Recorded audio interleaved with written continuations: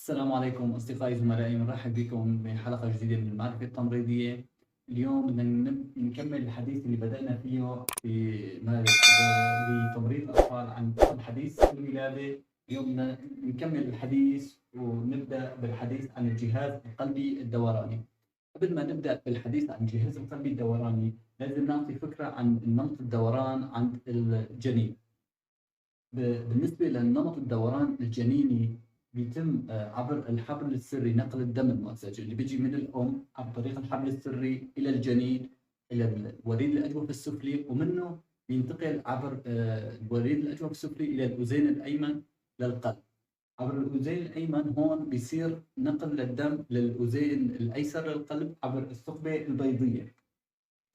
بعدين بيتم نقل الدم من الأذين الأيسر إلى البطين الأيسر، منه إلى أنحاء الجسم عن طريق الشريان الأبهر. طيب، في قسم من الدم لما نصب من الوريد الأجوف السفلي بالأذين الأيمن، في قسم منه ما انتقل للأذين الأيسر. هذا القسم ضل في الأذين الأيمن وانتقل إلى البطين الأيمن، منه بده ينتقل عبر الشريان الرئوي الى الرئتين، بس الرئتين عند الجنين لا تعملان في الطور الجنيني، فبهاي لما بعد الولاده لتبدا الرئتين بالعمل.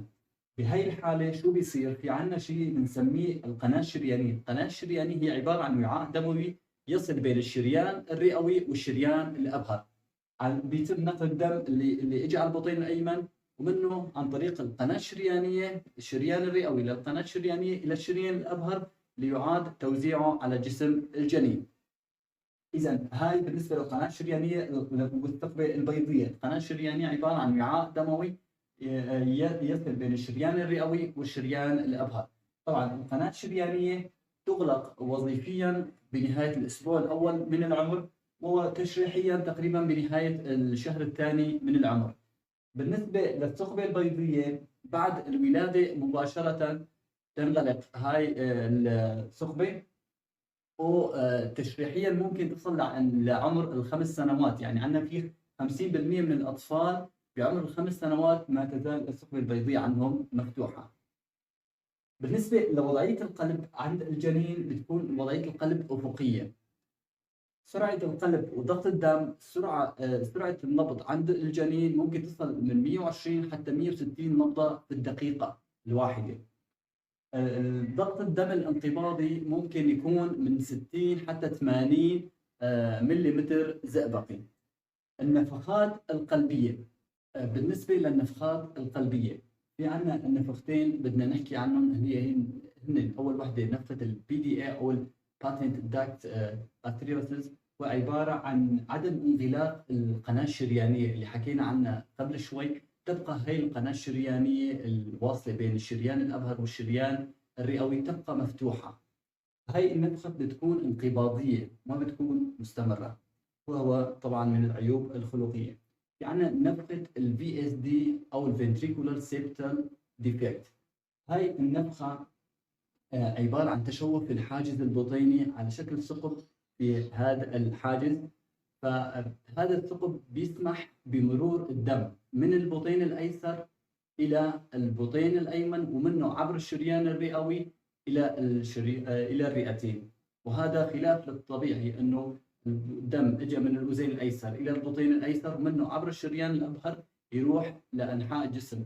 لكن هذا الثقب الموجود في الحاجز بيخلي جزء من الدم يروح من البطين الأيسر إلى البطين الأيمن، وبينتقل عبر الشريان الرئوي الدم المؤكسج إلى الرئتين. هذا الشيء بيزيد العبء على القلب، هو طبعا من العيوب الخلقية الشائعة. بيزيد العبء على القلب، وبالتالي طبعا في البداية لا تكون مسموعة بشكل جيد، تتوضح بعد الأسبوع الثالث من العمر. إذا هذا بالنسبة للجهاز القلبي الدوراني. بالنسبة للجهاز التنفسي، معدل إشباع الدم بالأكسجين عند الجنين أقل منه عند البالغ، وهذا الشيء يعتبر طبيعي. بالنسبة لمعدل حركات التنفس ممكن تصل ل 30 ل 40 حركة تنفسية في الدقيقة الواحدة. طيب، من أين بتنفس الطفل؟ حديث الولادة بتنفس بشكل رئيسي من أنفه، عن طريق الأنف يكون التنفس بشكل رئيسي. إذا بالنسبة للجهاز الهضمي، خمائر بتكون موجودة عدا خميرة الأميلات، وهذا الشيء بيخلينا ما نعطي النشويات بهي المرحلة.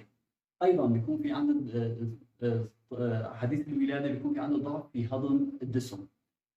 الأمعاء بتمتلئ بالهواء تقريبا بعد 6 ساعات من الولادة، بيصل هذا الهواء إلى المستقيم بعد حوالي 12 ساعة من الولادة.